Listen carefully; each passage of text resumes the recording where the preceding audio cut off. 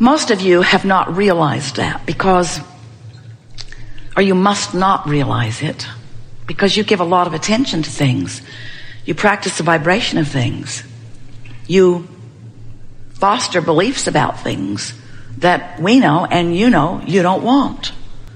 But because they are facts, or because they are reality, you feel obligated or committed to be objective. It's true. Therefore, I will give my attention to it. I will beat the drum of this truth.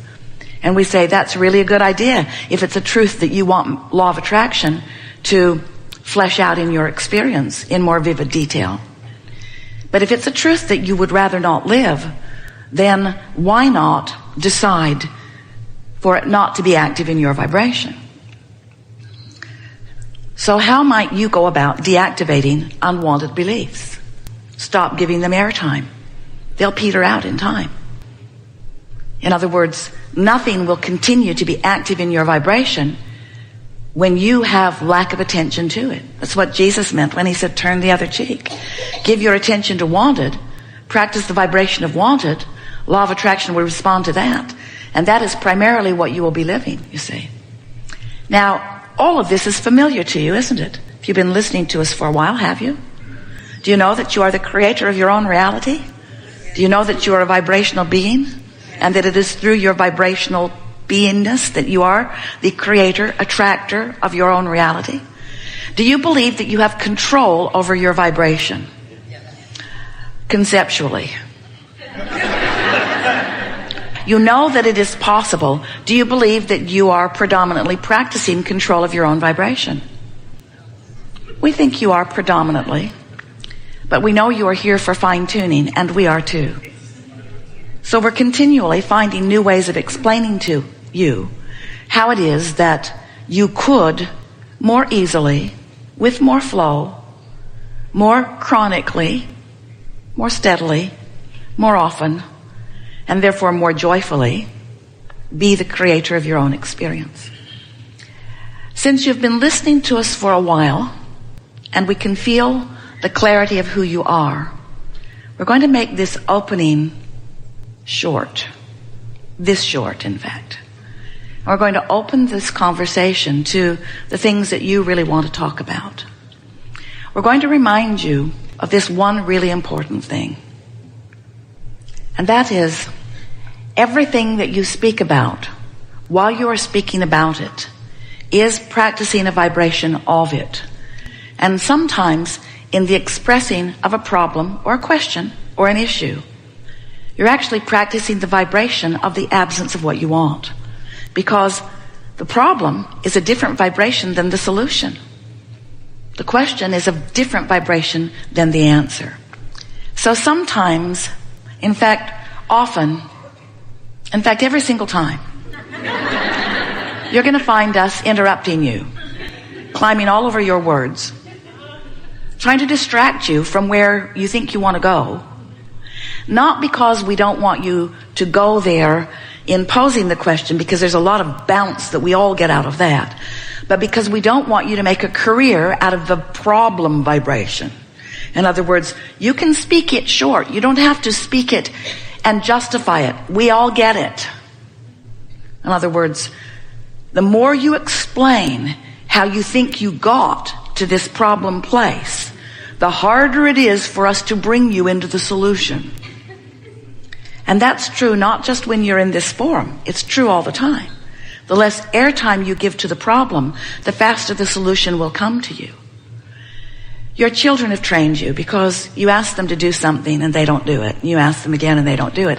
And so you've developed patterns of believing that you have to stay after it like a dog on a bone.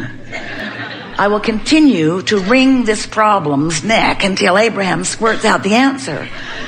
And we say, it isn't like that at all. It isn't like that at all, because we've been squirting out the answer for quite a long time. The universe is squirting out the answer. You are surrounded by squirted out answers and solutions. They are everywhere around you. But when you beat the drum of the problem, you are vibrationally blind to the solution. It's just the way it is, you see. So we are eager to visit with you about anything that is important to you. Do not worry about us. We will wedge our message in the crack. We have all kinds of new things that we want to talk with you about today. Things that you know that you've forgotten, and some things that you have never known that you will now know. This is going to be a day of movement in your vibrational beingness.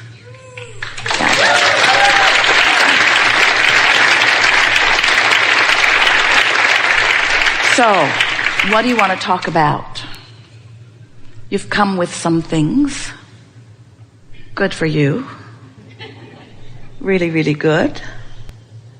Take it easy and trust that whatever it is, we'll talk about fully. You see, as we've been talking about this emotional scale, and let's say you're in depression, that's a real exaggeration. And if you're in depression or discouragement or grief or fear, then a little anger or frustration is moving in the right direction, isn't it? And so sometimes the inspiration that you're feeling is moving you up the emotional scale. But we want to talk about what inspiration really is. Inspiration is momentum. Think about that. So, you're really going to like this. So let's say that you want something, and like our friend before, you haven't been exactly practicing the pure vibration of that, so you're not owning that yet. That's not the chronic vibration within you. So, the more you think about the thoughts that make you feel that way, rather than just getting off the subject altogether, the more you give attention to it, and that's where it is, the more you give attention to it, and that's where it is, the more you give attention to it, and that's where it is, the more momentum picks up until you feel compelled to act. So the question isn't, did I get inspiration? Yeah, you did. The question is, from which disc did the inspiration come? That's a new insight that you have not understood before. It's sort of like a friend was talking in the hot seat the other day about his behavior in traffic and how the more he focused, the more the momentum goes until he's shouting at people he doesn't even know in traffic and feeling inspired to do so. So the inspiration is just the momentum, you see, where we know that you think that inspiration is always coming from source. And we say, in essence, it is, because it's pulling you upward, upward, upward, upward, upward. In other words, there isn't anything like getting momentum going on what you don't want. There isn't anything better in the fact of getting momentum going on something you don't want than that it shoots off rockets of desires, which gets more momentum going about what you do want. So there's this momentum in the vibration of what you really want, and there's this momentum of where you are, and whatever vibration you're focused upon is what momentum is being called from you. Did that make sense? It's a little jumbled. We'll say it again. Whatever you are giving your attention to is where the current active vibration is within you. And the longer you hold your attention upon that, the more momentum will be there. That's why we say, get out ahead of it. That's why we want you to go to bed at night and to think about tomorrow being a really good day. It's why we want you to wake up in the morning and focus upon what a nice day it is, with the effort being to keep that momentum going. And then we want you to be aware of what disc you might dip to, so that if you do take a dip, that you catch it in the early subtle stages within 17 seconds, so that you don't let that momentum get going. But for most of you, you haven't been aware of these emotional grid discs, and you haven't been aware of the momentum that you may have going. Don't you have those experiences where there's something that's just stuck in your vibrational craw? It's like an issue that you've got going on, and you find yourself thinking about it quite often and speaking about it quite often, and others around you speaking about it quite often, and it's because that's where you reside a good deal of the time. Well, it does not have to be that way. You could start doing a better job of choosing higher vibrational discs early in the day, and you could train yourself over a period of about 30 days into mostly being right there. And we want to say to you, whatever it is you've got going on, that's who's jumping on with you. In other words, you're moving through life. You've chosen for this moment in time what grid disc you're on, what spinning point of attraction you're on. And as you're moving through the world, those around you in your vicinity who match where you are jumping on with you. Those are the waiters you're meeting. Those are the people that check you into hotels that you're meeting. Those are the people that are giving your airline reservations. Those are the strangers and friends. Those are the thoughts from families and lovers. Those are the ideas out of your own mind that are jumping on. In other words, what's jumping on always matches what you've chosen. So to talk about what to do after you've chosen it and after you've got the momentum going is kind of like the long, slow, hard way of going about it. A much faster way of going about it is pick a disc. And if I find myself on a lower disc, take a nap. And when I wake up, pick a disc. And if I find myself on a lower disc, take a nap. And when I wake up, pick a disc. And if I find myself on a lower disc, take a nap. Or meditate, or do anything that I can to help me pick a disc. Pick a disc. This is what getting out ahead of it is. Pick the disc first. Give it everything you've got. Watch what law of attraction yields to you. And then you might very well find yourself in another step one moment where you're launching another rocket of desire, where you're creating another vortex version of what you want. So all day long, this is what we want you to think about. What disc have I chosen? What disc have I chosen? And what momentum is ensuing? Once you get the hang of this, Esther has been really enjoying this process because in getting ready for you, she always does her best to get a good night's sleep and meditates in the morning and does some processes, list of positive aspects, rampages of appreciation. She works deliberately to make sure that she's in the best possible vicinity of Abraham's vibration so that she can do the best job of translating for all of you. And since we've been playing this game of choosing the disc, she's doing such a good job of choosing her discs that she's not needing the meditation process to bring herself up because the momentum is already there. Life is giving it to her. In other words, it just goes from good to better, good to better, good to better, good to better, good to better. And occasionally there's a dip, but it's rare these days that within 17 seconds she doesn't realize, oh, didn't mean that, didn't mean that. Because in the first 17 seconds, you can jump right off that disc and laugh on your way off. Yeah. So I want to just briefly express to you what kinds of things happen to you when you are, for a period of time, in vibrational alignment with who you really are on that high-flying disc.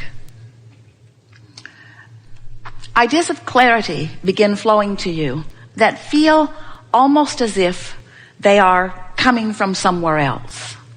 It feels like someone who cares about you is blending with you and giving you impulses that are different from the impulses that you might have been choosing, but they're impulses that are not controversial to you. They're not confusing to you. There's no should I or shouldn't I. You begin to feel a certainty about things that is what it feels like when you are consistently in alignment.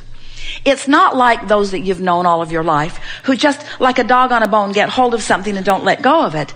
It's a feeling of certainty that comes over you that you just know that if you follow through with this idea as it is flowing, that everything about it will go well. It's alignment is really what we're talking about. It's aligning with the highest part of that which you are and with the highest part of that which you have asked for. As we've been visiting over these hours that we've been together, everything that we have contributed, and for the most part, everything that you've contributed, has added to this higher frequency vibration. We don't want you to ever worry about dipping from it, because the truth of it is, friends, you cannot go back. You can't touch an understanding, even if you can't maintain it. You cannot touch an understanding like you have done here today and ever not benefit by that understanding again. In other words, you've moved to a new place, and everything about your life experience is going to reflect that change, even if you don't maintain it even all of this day. Esther and Jerry always tease that they should maybe put on the disclaimer that you signed, the one that lets you know that it's going to be recorded and that maybe it will be used for other things. That maybe they also should put in there, you're going to reach vibrational frequencies that you cannot go back from. that you're going to learn things that you're not ever going to